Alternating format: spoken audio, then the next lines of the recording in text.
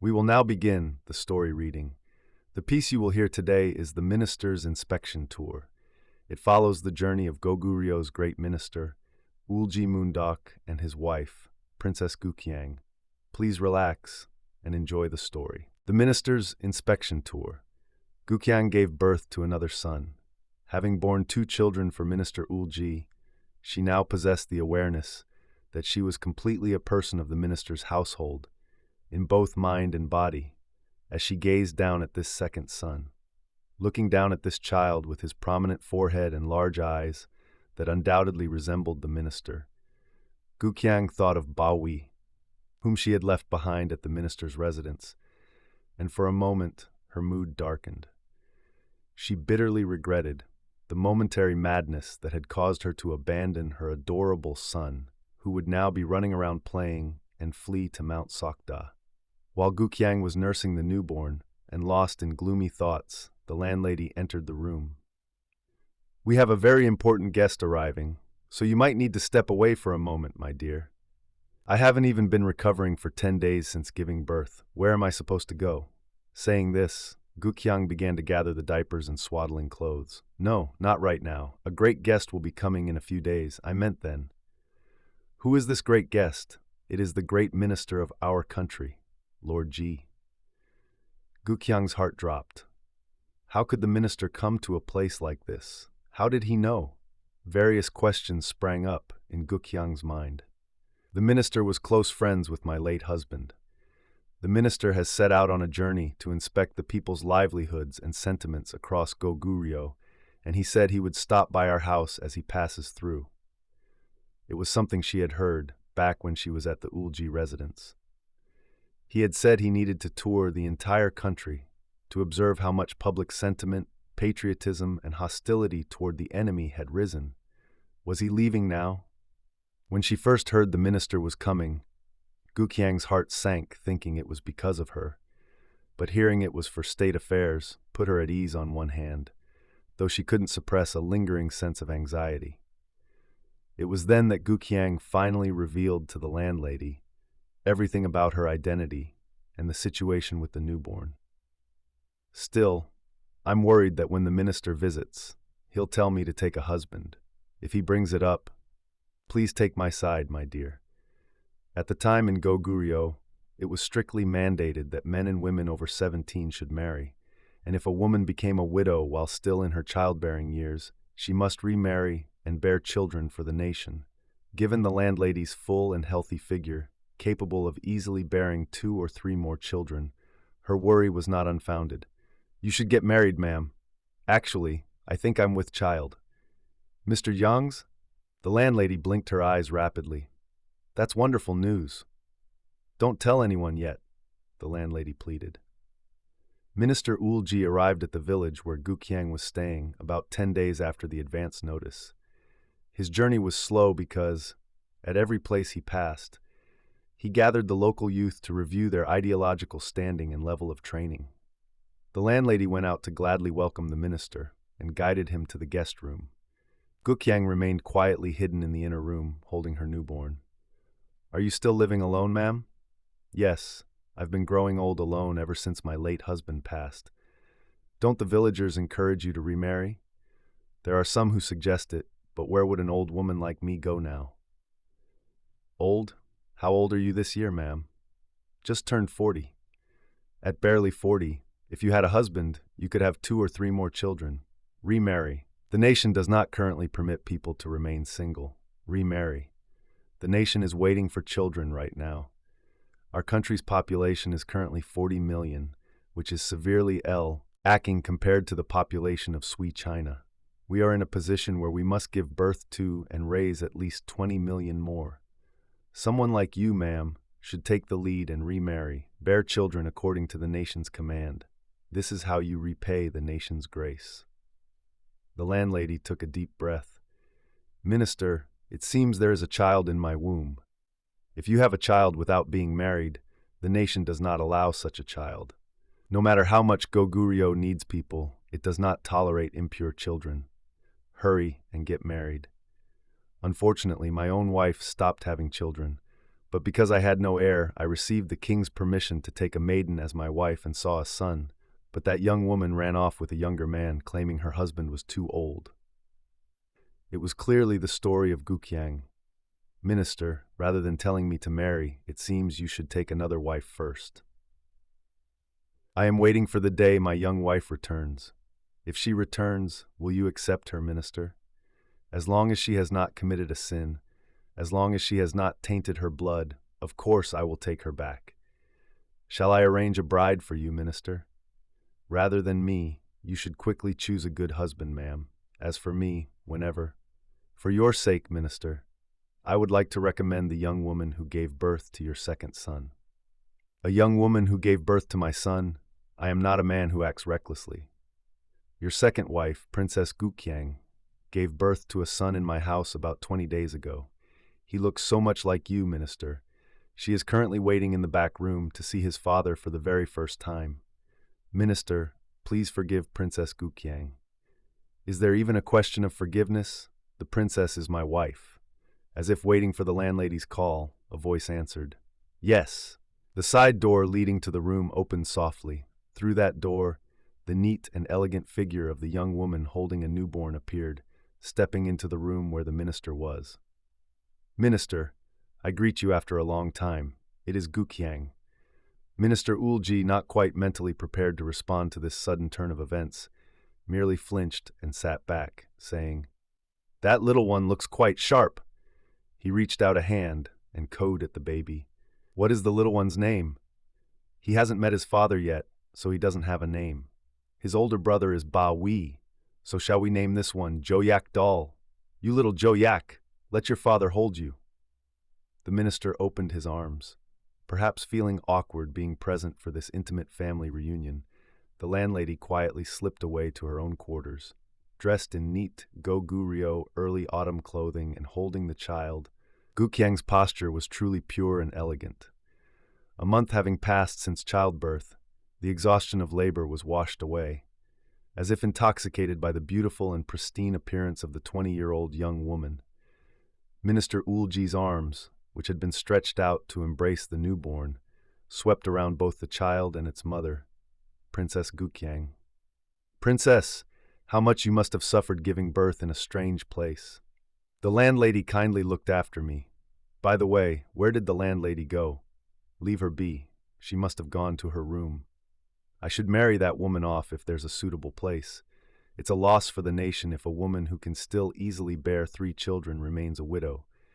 If one must leave their husband's house like you, Princess, one should leave carrying a child in the womb. Ah, did you see the Jin refugee named Goguryeo? I married Mr. Yang off to a Goguryeo bride. The landlady and I arranged it. He should have married you, Princess. Even so, I tossed aside his constant nagging to marry him, and now he is living happily with a bride as ready as a peony. He is living happily with a bride as pretty as a peony. He's an amiable fellow, so if he has children, he'll likely have fine ones. Do they not have a child yet? It's only been 2 months since they married. Aside from coming to pay his respects once, he's been holed up at his wife's house and hasn't come out. Had he been born in better times, he could have made something of himself. It's a pity for him, too. I even overlooked the fact that you left my house to follow him back then, Princess. The minister stayed in the same room as the princess. She was the wife he had long yearned for, and the couple slept harmoniously in each other's arms, almost forgetting the presence of the newborn. The next morning, when the landlady came in to pay her respects, the minister told her, "You must also remarry, ma'am. It is the nation's command. Shall I pick out a suitable husband for you?" Minister, it is fine that you are happy, but you are trying to unnecessarily force a chaste widow to break her vows. Does the nation not even allow chastity? Gukhyang spoke up from the side in her defense. Minister, just leave the innocent woman alone. Isn't that right, Princess? Besides, if the nation needs children, can't one just bear them and offer them up without marrying? You should just embrace your new wife, Minister. She is not a new wife. We have been married for 3 years. She is the mother of 2 children, Ba Wee and Joyak. May you enjoy endless blessings. Please do not make an innocent, chaste widow break her vows. Haha, how should we punish this woman who tries to defy the nation's command, princess? Just let her do as she pleases. The minister stayed one more day, deciding to take Gukhyang with him when he departed the following day. A wife is an inconvenient thing not to have, but also an annoying and bothersome thing to have. I have to travel around to Liushi, and dragging a child and a woman along for over 2,000 li is a heavy burden. I am someone who previously walked 10,000 li through the winter. Back then you had a strong resolve in your heart, so you didn't know the hardship. This time, I am accompanying you, minister, holding Joyak, so I wouldn't find even 100,000 li difficult. Since a minister visiting such a remote village was an unprecedented event since the dawn of time, the village's send-off was tremendous. People gathered from tens and hundreds of li away to bless the path of our minister. I will stop by here again on my way back, and I must see you living with a new husband then, ma'am. Otherwise, I will even put one of my soldiers in your room. When will you be on your way back, minister? Well, I cannot predict whether it will be 1 year or 2. Then, princess, please celebrate Joyak's first birthday at our house. I will be waiting. Wandering around remote areas for a year or 2 holding this newborn, I wonder if we will even be able to see his first birthday? In Goguryeo, even in remote areas, there are capable physicians, so there should be nothing to worry about. Master Joyak, let us meet again next year. Thus, receiving the praise of the entire village, the minister and his wife set off again on the tour of inspection. A carriage, fully decorated and showcasing the exquisite and sturdy craftsmanship of Goguryeo, renowned throughout the world, was provided for Princess Gukhyang. Emerging onto a fully paved main road and riding along the smooth path while holding Joyak brought a special feeling. Along the road, the people of Goguryeo, to send off their beloved minister, were lined up with all their might, carrying children on their backs, holding them or grasping their hands, shouting hurrahs as they bade him farewell. How does it compare to your homeland, princess, which was Jin land yesterday, I and his Sui land today? Gukhyang was already keenly feeling that contrast. Minister, I am also a person of Goguryeo. China, constantly changing from the Liu clan to the Chun clan to the Sui clan, was unpredictable as to whose it would be tomorrow, so a 1,000-year or 10,000-year plan was not something even to dream of. Even a 10-year plan could not be prepared, as no one knew whose land it would be 10 years later. Born as an imperial princess of that Jin dynasty, comparing it to her present state as the mother of the minister's children in this nation of Goguryeo, which had grown and developed soundly and peacefully under a single royal house for nearly 1,000 years since the era of Wangom, and near 1,000 years under the Go clan, she indeed felt it deeply in her heart. Minister, I am the wife of a Goguryeo man. I am a person of the East, with no ties or relations to the Jin dynasty. It seems even that Goguryeo may one day be suppressed by the Moha. Looking at the spirit as we've come this far, the spirit of the Moha surpasses that of Goguryeo's youths no matter what. Will our Bawi and Joyak be inferior to the children outside? It is not a matter of rock, quartz, or sand. The rise and fall of a race is not determined by the will or intention of one person. I sit in the position of Goguryeo's prime minister and have tried my utmost to elevate the spirit of our race, but one cannot escape the direction of heaven. At least until our Bawi's generation, we should be able to enjoy a wealthy and powerful Goguryeo.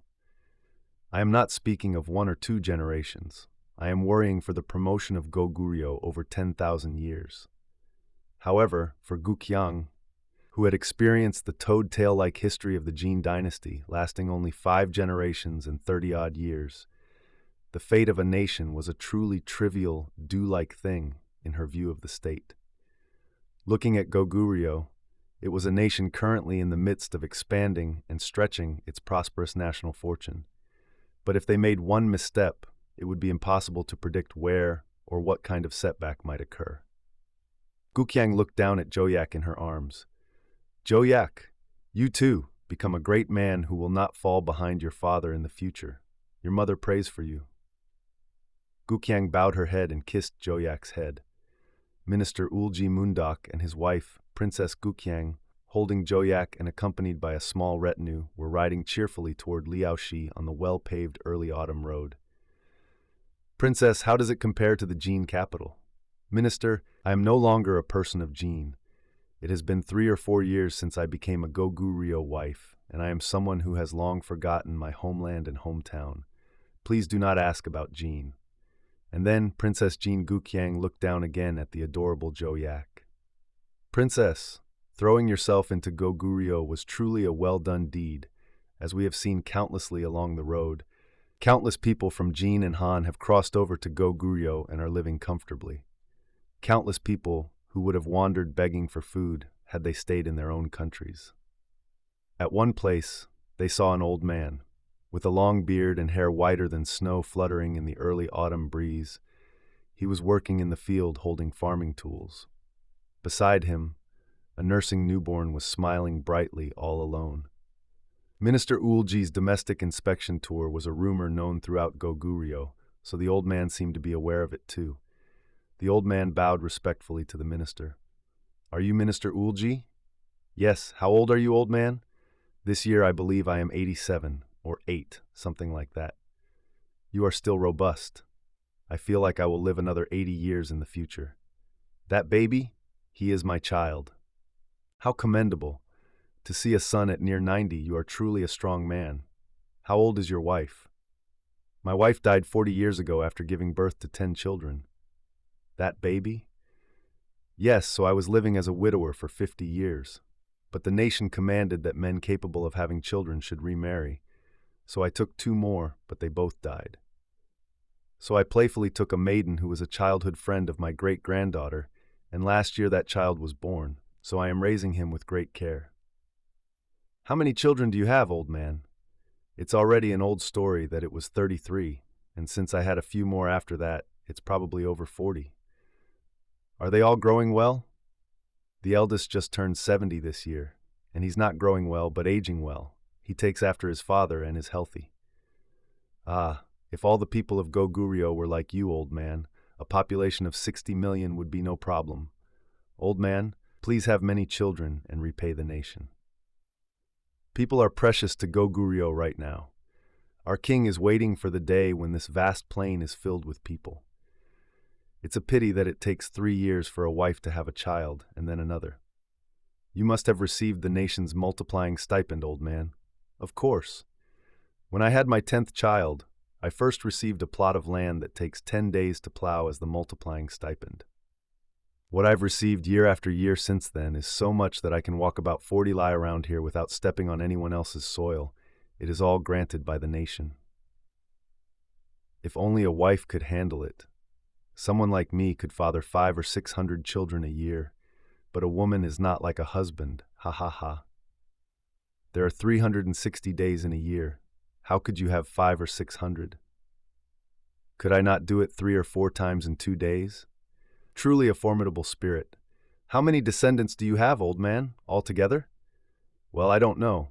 A few years ago, the eldest said it was over 1,000.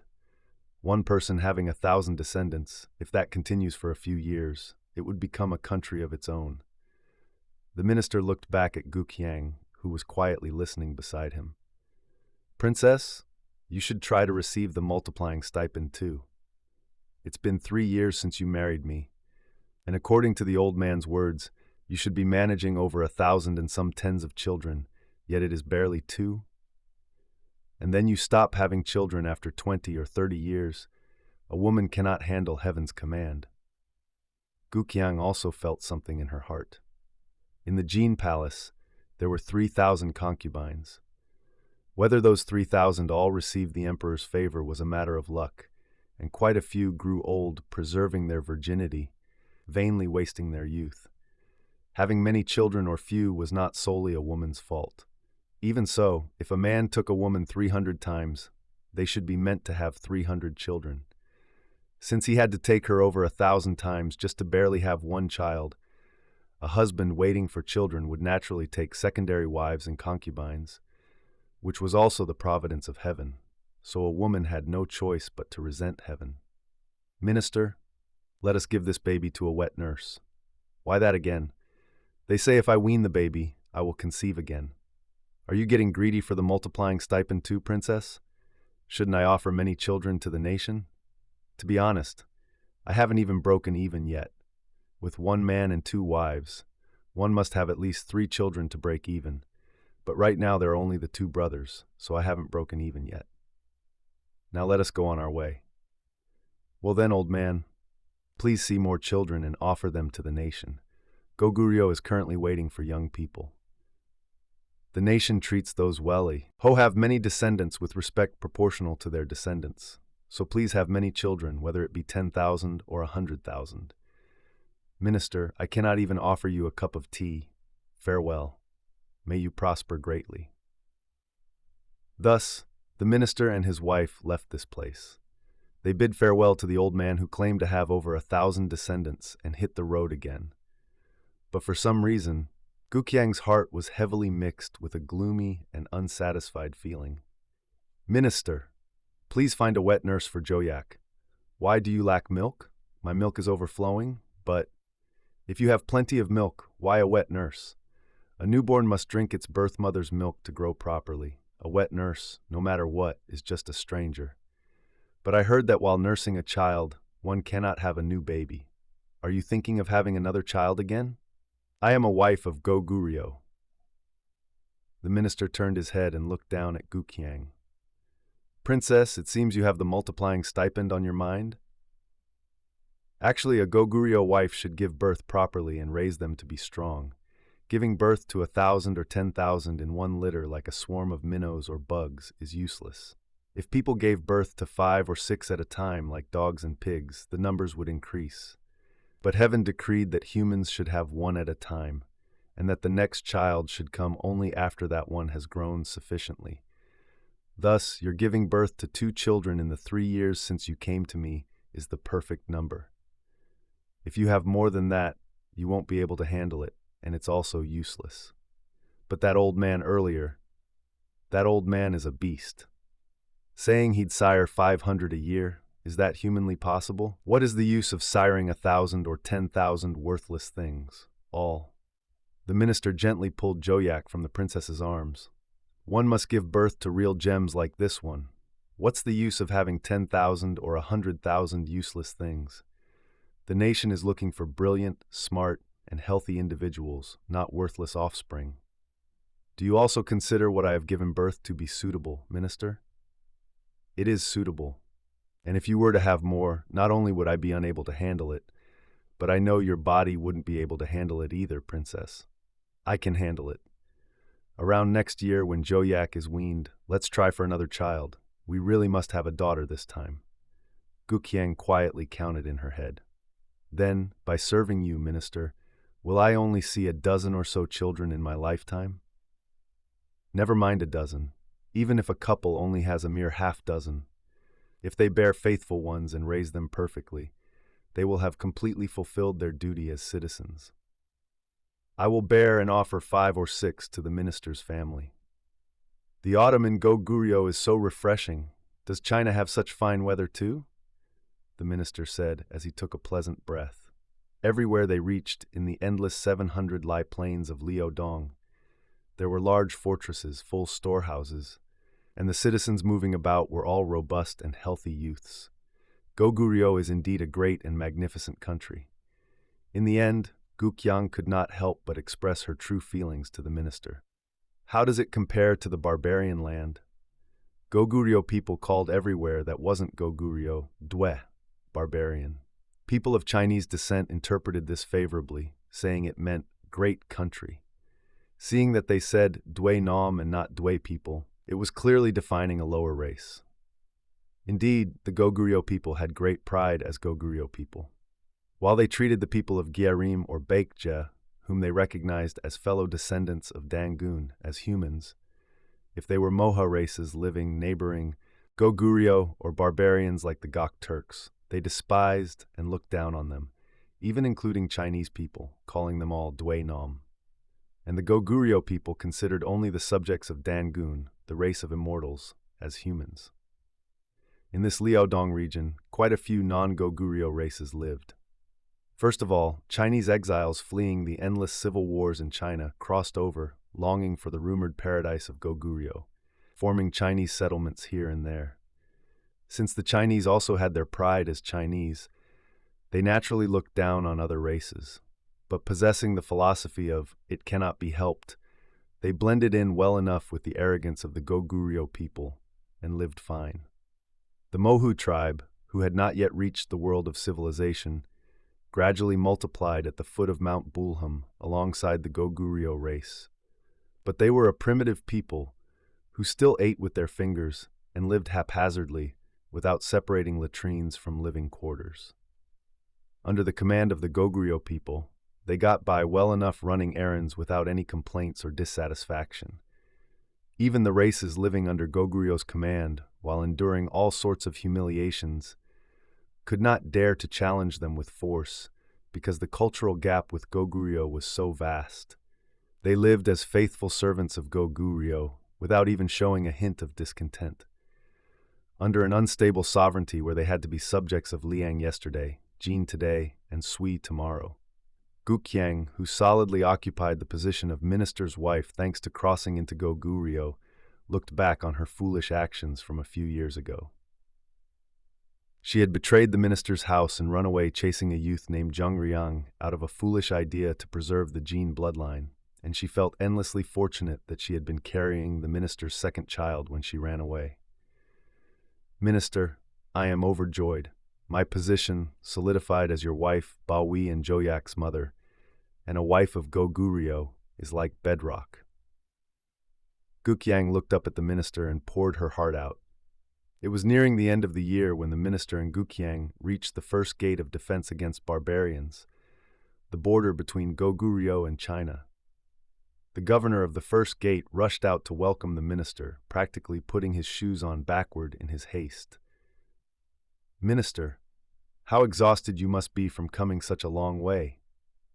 How much effort are you putting into the defense, Governor? I am thinking of wintering here. Thus, the minister dropped anchor at the first gate.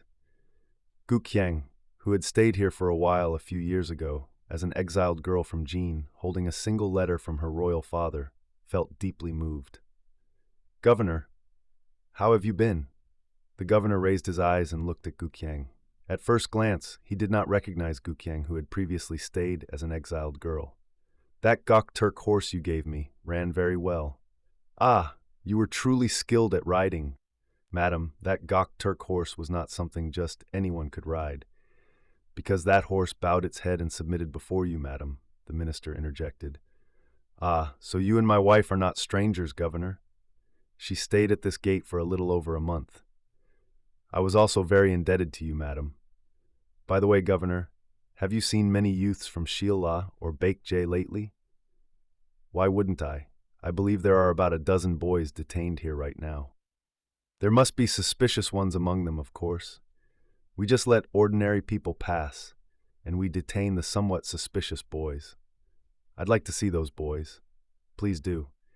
Anyway, please come in here. A room is prepared for you to stay, Minister. Since the governor's residence was decorated in consideration of even the king's vis, it should the need arise in the future. A room suitable for the minister was fully prepared. It is no less than my house in Chang'an. It is a magnificent room, depending on the circumstances. I might stay for a year or two. Princess, what do you think? What will you do if we stay for a year or two? The minister turned his head and looked at Gukhyang.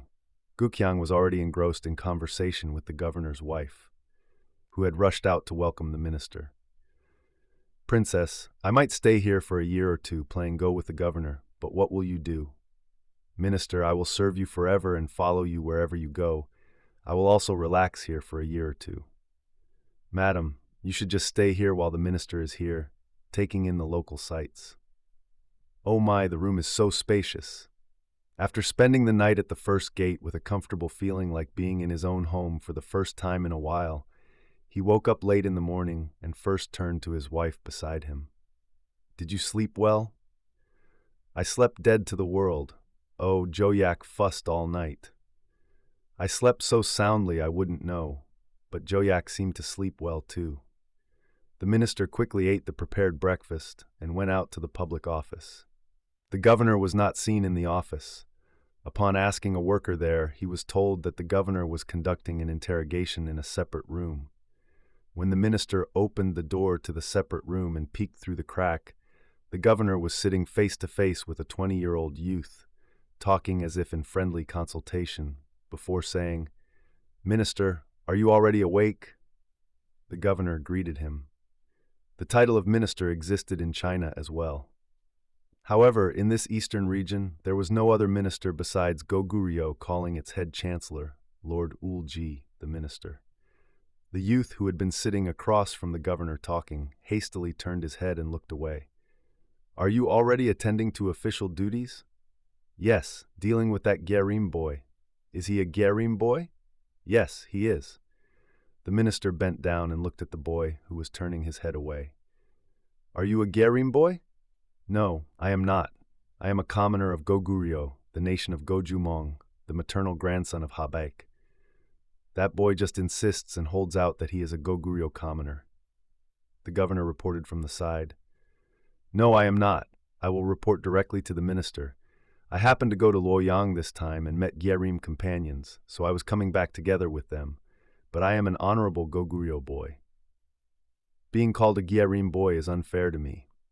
The minister looked at the governor. His appearance is of the Goguryeo lineage, and his dialect is an unmistakable Goguryeo dialect.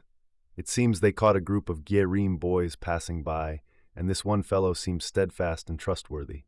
So I was interrogating him, but he just insists he is a Goguryeo commoner. "Governor, give this boy to me. I will look into it myself." "Will you handle such a matter directly, minister?" "Anyway, leave him to me." "Boy, get up and come with me over there." "Are you the great minister of Goguryeo, Lord Eulji?" "Yes, I am Eulji Mundeok." "Oh my, thanks to being caught at the first gate, I get to see you in person, Lord. I consider it a glory for my family until its very last generation." "Anyway, follow me." The minister strode out of the separate room. The governor followed, looking for guards to at least post behind him. The minister brought the person called the Gyerim boy back to the area designated as his quarters. When the minister returned to his room with the so-called Gyerim boy, the maids there were busy cleaning. "Princess, please take those servants and step away to somewhere else for a moment. I have something to discuss with this boy." Thus, dismissing the princess and all the servants, he sat face to face with the Gyerim boy. "Are you a Gyerim boy?" "No, I am not. I am a Goguryeo boy who grew up bathing in the Paisu River. I haven't even been to Gyerim yet. And, since I read the Yugi when I was young and gathered an understanding of our country's history, I could fathom your resolute policies, minister. So I moved to Luoyang and was spying on the movements of the Sui dynasty. The friends I met in Luoyang during that time are those Gyerim boys." The Gyerim boys were clearly children of prominent Gyerim families, and it seemed they had some connection with the Sui emperor. Then, as they suddenly said they were returning to their country, it seemed they were carrying some secret letter from the Sui emperor. So I pretended to return with them, intending to obtain the secret letter and present it to you, minister. "A secret letter from the Sui emperor?" The minister's heart skipped a beat.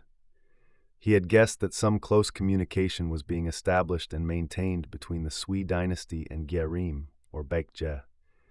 He had intended to stay here for a year or two to investigate such matters. If the Sui emperor had a secret letter for Gyerim, it could only be about an offensive and defensive alliance between Gyerim and Sui, or combining forces to conquer Goguryeo. "Well then, have you by chance seen this secret letter?" "I have not." The boy who seemed to carry the secret letter quickly slipped away, and by now he must be about 100 li further ahead. What are you talking about?" "When we were captured, the boy who seemed to have the secret letter desperately slipped away and escaped. We must pursue him and snatch it. Please give me a horse. I will pursue him and take it back. The boy who fled seems quite versed in martial arts, so an ordinary person would not be a match for him." The minister stood up with a flustered look. He then called the governor here. "Governor, could we procure a fast horse around here?" There is one, but the horse is quite wild, so there seems to be no one who can handle it well. Anyway, bring it out." When the governor ordered the servants, they went over and brought out a horse escorted by 4 or 5 men. "How about this horse? Princess! Princess!" The minister called the princess as an appraiser of the horse. Gukhyang was also called out to this spot. "Princess, you have a rather difficult errand to run." "What is it?" "Princess, could you easily ride that horse?" "I could ride a horse like that, but is that the errand you have for me?" "No, there is someone you must ride that horse to pursue and capture." "What about Joyak?" "Ah." The minister bowed his head. Could he not manage without his mother for about a day? A wife of Goguryeo cannot detach herself from a nursing newborn and leave even for a moment. "We really need to capture that Jaerim boy." The minister looked back at the youth who claimed to be a Goguryeo boy. "Well, what should we do?" "Minister, I will go and capture him." "Can you handle him?" "He seems to be a hwarang, but I am also someone who trained for over 10 years under Master Myohyang." "Master Myohyang? You must know how to ride a horse too."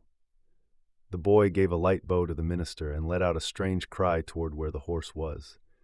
The horse, which had been struggling under the escort of 4 strong men until now, upon one shout broke free from the 4 men's grasp, ran over to the boy, and quietly knelt down before him. The boy seemed to just touch the unsaddled horse with one hand, and before anyone knew it, he was sitting on horseback. "Yes, that should be enough. Then go and return. Minister, I will be back." Amidst the cries and calls of many people, he spurred the horse and whipped it toward the east. "Minister, what is the matter?" Gukhyang asked. "Well, it seems the Jaerim boy who escaped from the interrogation room yesterday is carrying a secret letter from Sui Emperor Jian. So I sent him to snatch it back. It seems to be a secret letter given to the Lord of Jaerim, and I need to see what it says." "So you intended to send me?" "Who else but you, princess, is trustworthy for such an important matter?" "What about the person who just chased after him?" "I don't know, but he claims he's a lad who bathed in the Paisu River. I don't know if it's because I bathed in the Paisu myself, but among those who bathed in the Paisu, there are none who are completely useless." "A secret letter from Jian? Then I should have gone." "Do you think you, princess, could handle a Jaerim boy trained in the ways of the hwarang?" "The single-minded devotion of a Goguryeo wife fears not even a boy trained 10 million times in the hwarang ways. Sui Emperor Jian is the traitor who assassinated my royal father. He is the enemy of 50 million legitimate people of China. If it is someone carrying a secret letter from that Jian, I certainly wanted to capture him." The boy who had ridden out on the Gokturk horse saying he would be right back did not return even after 2 or 3 days had passed. The minister also waited anxiously, but the nervousness of the minister's wife, Princess Gukhyang, was also very great. "It seems that fellow has also run away. You are waiting for him as if waiting for Goguryeo, princess. His day to return will come." "You said he had companions? 3 or 4 Jaerim boys as companions," he said. "Why don't you look into them?" "Well." This concludes the reading of the Minister's Inspection Tour. It was the story of the minister and his wife, who attended to state affairs while touring the vast territory of Goguryeo and shared deep affection for each other. Thank you for listening closely until the end. I hope you have a peaceful and wonderful day today.